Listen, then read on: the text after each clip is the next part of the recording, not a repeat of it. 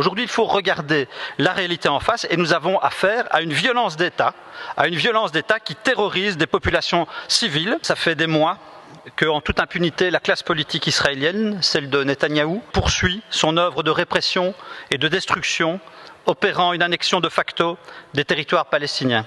À Jérusalem-Est, ville occupée, les blessés se comptent déjà par centaines pendant que Gaza compte à nouveau ses morts. Année après année, au mépris du droit international, le peuple palestinien a été dépouillé de ses droits, de ses terres, de sa liberté de mouvement, résistance palestinienne, répression israélienne.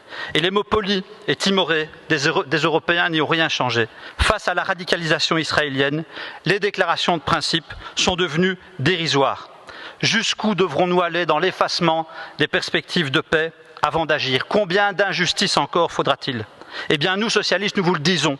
C'est maintenant qu'il faut passer à l'action. C'est maintenant qu'il faut prendre des mesures. C'est maintenant qu'il faut prendre des sanctions pour arrêter ce train fou qui est devenu le gouvernement israélien. Aujourd'hui, il faut regarder la réalité en face et nous avons affaire à une violence d'État qui terrorise des populations civiles par l'action d'une armée qui rend possible l'annexion de territoires palestiniens, le vol de territoires palestiniens. Nous avons affaire à une violence qui se traduit dans des lois. Nous avons affaire à une violence idéologique, celle de colons fanatiques et de suprémacistes héritiers de mouvements d'extrême droite violents. Et donc, Madame la Ministre, il faut oser le dire, nous avons affaire à une violence qui transforme de plus en plus Israël en un État d'apartheid.